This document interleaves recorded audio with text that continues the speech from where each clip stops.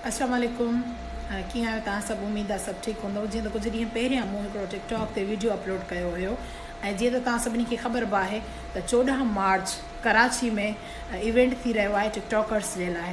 उन इवेंट जा सभिनी पुछा त पासिस किथां मिलंदा। उहे पासिस अॼु सेल आउट थी रहिया आहिनि हैदराबाद सिंध म्यूज़ियम में। अॼु खां स्टार्ट आहिनि ऐं बल्कि अॼु जो ई ॾींहुं आहे पासिस वठण जो।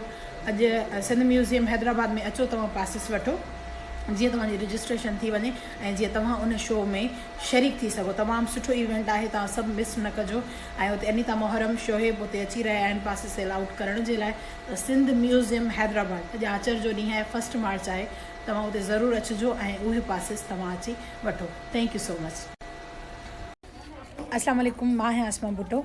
तव्हां सभिनी जे लाइ हिकिड़ी ख़ुशख़बरी टिकटॉकर स्टार्स लाइ ख़ासि करे 14 मार्च आर्ट काउंसिल कराची में हिकिड़ो इवेंट थी रहियो आहे। अवॉर्ड इवेंट कराची में आहे। टिकटॉकर्स जेतिरा बि आहिनि तव्हां सभई उन प्रोग्राम में ज़रूरु अचिजो ऐं पासिस जल्दी जल्दी सां अचो। पासिस तव्हां वठो ऐं उन प्रोग्राम में अचो, पंहिंजा अवॉर्ड वसूल कयो।